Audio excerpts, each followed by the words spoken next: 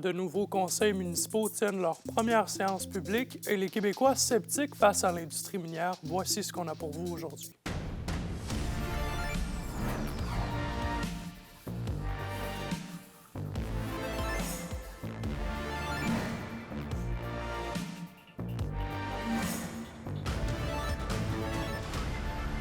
Bonsoir tout le monde, ici André Audet pour vos informations régionales. On débute le bulletin à Val-d'Or alors que la nouvelle équipe municipale a officiellement pris les rênes hier soir. Devant une salle pleine, le maire Serge Allard et ses conseillers ont prêté serment dans une atmosphère renouvelée. Un reportage de Zachary Desrosiers. C'est lundi soir à l'Hôtel de Ville de Val-d'Or qu'avait lieu l'assermentation publique du nouveau maire de la ville, Serge Allard, en plus des 7 conseillers présents. C'est un mélange de sang neuf et d'ancienneté qui sera à la barre de la mairie pour les 4 prochaines années. J'ai trouvé que ça avait bien été. Un peu de cafouillage quelquefois. C'est très formel en général, là, mais j'ai essayé de rendre ça un peu moins formel là, en expliquant un peu plus.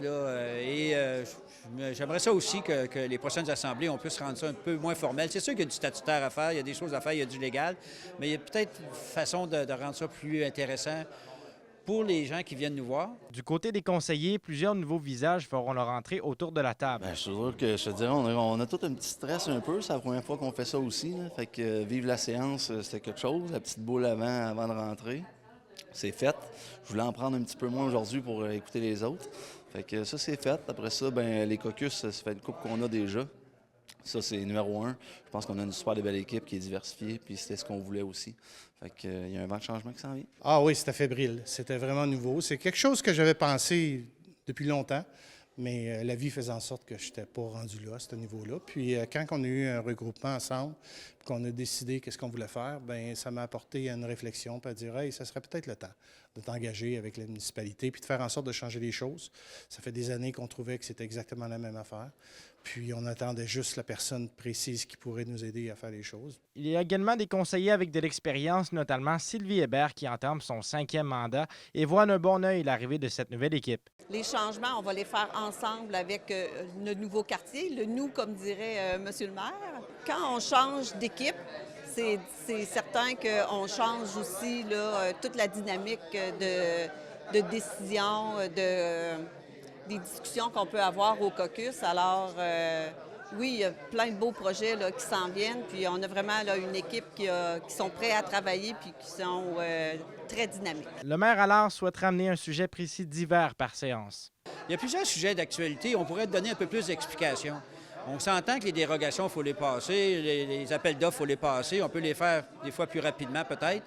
Quoique ça a été quand même assez rapide aujourd'hui, mais avoir un sujet peut-être à chaque séance, peut-être pas à chaque séance, mais au moins une fois par mois, qu'on va un peu plus en profondeur dans certains sujets, dire pourquoi qu'on veut faire ça. Le Conseil planche désormais sur la préparation du budget 2026 qui devra être présenté dans les prochaines semaines. La prochaine séance ordinaire aura lieu le 1er décembre prochain à l'Hôtel de Ville de Val-d'Or. Zachary Desrosiers, RNC Nouvelles, Val-d'Or. Et c'était aussi la première séance du nouveau conseil municipal à Rouyn-Noranda. Le maire Gilles Chapado qui a présidé l'Assemblée entouré des 12 conseillers répartis dans les différents districts de la ville. Plusieurs dossiers entamés par l'administration précédente ont été analysés. Le maire Chapado se considère satisfait de cette première rencontre, de même que la conseillère de Granada, Élisa Maud Champagne. Mme Dallaire m'a pris la peine de me texter pour dire qu'elle était contente de la façon dont ça s'est déroulé. Alors, très contente d'avoir le feedback de Mme Dallaire là-dessus, parce qu'elle a été 8 ans là, à présider ce genre de rencontre-là. Pour moi, c'est une première. Alors, ça s'est bien passé, je pense. Déjà, la dynamique, c'était très actif. J'ai été surprise de voir un premier conseil où les gens avaient des choses différentes d'une fois à l'autre à apporter. Puis ce que j'ai aimé aussi, c'est qu'on rouvrait. Peut-être que ça a l'air redondant, mais on rouvrait des dossiers qui avaient déjà été discutés. Puis ce qui est plaisant avec le conseil qu'on a actuellement, c'est qu'en ayant un maire qui n'est pas passé par le conseil municipal de Rouyn, puis 8 nouveaux conseillers, ça nous permet de réexplorer des dossiers qui ont déjà été ouverts, qui étaient déjà en train d'être analysés. Maintenant, dans le dossier de l'industrie minière, selon une étude, les Québécois sont les plus sceptiques face à cette industrie. Roxane Caillouette nous dit pourquoi. Les Québécois sont les plus sceptiques face à l'industrie minière au Canada. C'est ce que révèle une récente étude menée par la firme Transfert Environnement et Société qui a sondé un peu plus de 4 800 personnes à travers le pays. C'est que oui, il y a des sondages qui existent par rapport à la perception des gens envers le secteur minier. Mais ce qu'on a fait à travers le baromètre, c'était vraiment de donner un peu les ingrédients de cette acceptabilité sociale-là pour qu'après ça, les acteurs, que ce soit le gouvernement, l'industrie, les communautés, puissent se positionner puis améliorer cette acceptabilité dans le but de développer davantage cette industrie-là. Les répondants du Québec ont inscrit en moyenne un niveau d'acceptabilité sociale pour les projets miniers de 3,28 sur 5, soit le plus bas au Canada. Bien, ce qu'on remarque, c'est que l'acceptabilité de l'industrie est quand même présente. Par contre, la confiance envers celle-ci est beaucoup moindre. Puis l'écart entre les deux, ce que ça nous indique, c'est que les gens reconnaissent qu'il y a des retombées économiques, par exemple, de l'industrie. Par contre,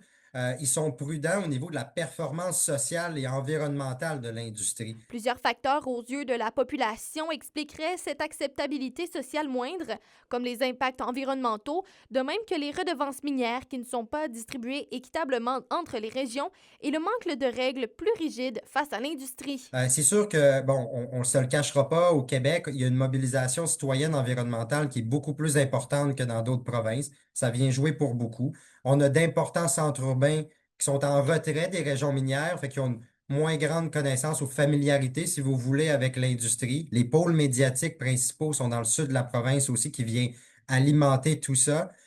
Donc ça, c'est des facteurs qui expliquent aussi. Le co-auteur de la recherche souhaite que les acteurs de l'industrie se penchent sur la question et dressent des plans d'action pour améliorer l'acceptabilité. Roxane Caillouette, RNC Nouvelles, Rouyn-Noranda. Et à Rouyn-Noranda, maintenant, un rassemblement a eu lieu plus tôt aujourd'hui devant l'organisme La Pionnière. L'action du réseau Vigilance Abitibi-Témiscamingue vise à dénoncer les répercussions qu'entraînent, selon lui, les mesures d'austérité de la CAQ. L'événement a été organisé en collaboration avec la Coalition Main Rouge qui réunit des organismes et syndicats à travers le Québec.